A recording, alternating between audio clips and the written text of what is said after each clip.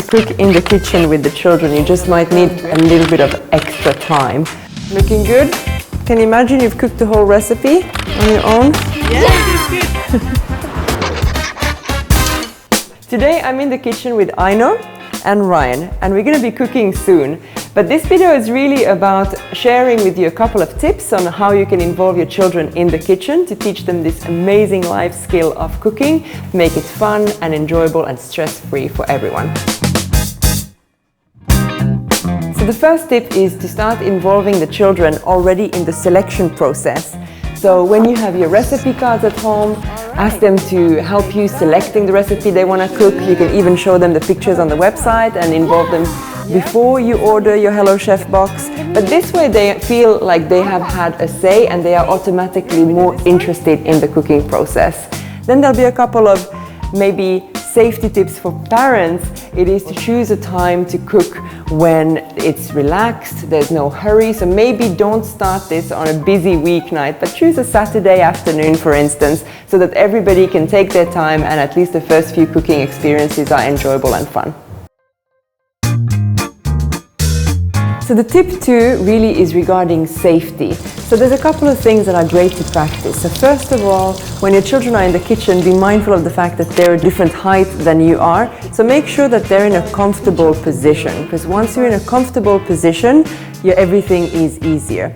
So then, small things you can start with the children is obviously peeling. Peelers are quite safe, so different kind of peelers to practice peeling potatoes, practice peeling carrots. Today we'll be peeling potatoes for the potato mash. When you have a nice firm grip, it becomes easier. Good job.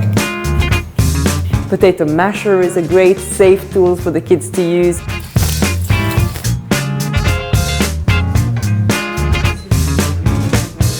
And once your kids are getting a bit savvier in the kitchen, you can start using smaller knives in order to cut the cucumbers, for instance, which we'll be doing today.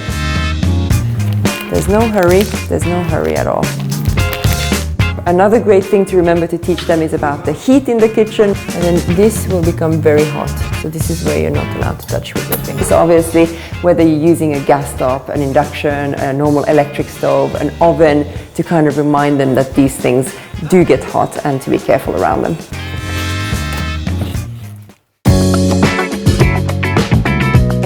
Tip number 3 is to start practicing basic math and reading and comprehension skills. So obviously when your children are reading the recipe card, and ask them to repeat clearly what the instructions are so that the children are able to practice their comprehension skills. It says now add the cream. Knead the mixture well until soft and fully combined. Also a great opportunity to learn measuring, to learn weighing, and maybe ask them questions regarding if I have 4 people and I have 2 meatballs for each, then how many meatballs they're going to be. So we've got here how many? So count the meatballs, little things like that that make the learning process as well fun. Do you think 6 meatballs is enough for you? Yeah? Well, most likely. All right.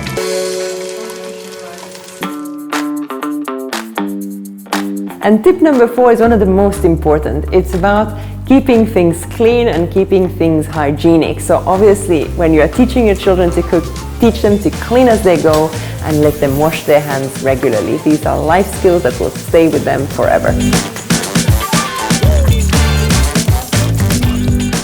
Okay, looking good? Ready, guys? Can you imagine you've cooked the whole recipe on your own? So this is how easy it is to cook in the kitchen with the children. You just might need a little bit of extra time.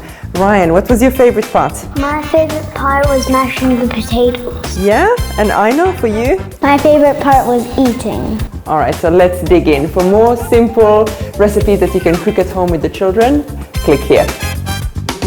Isn't it nice?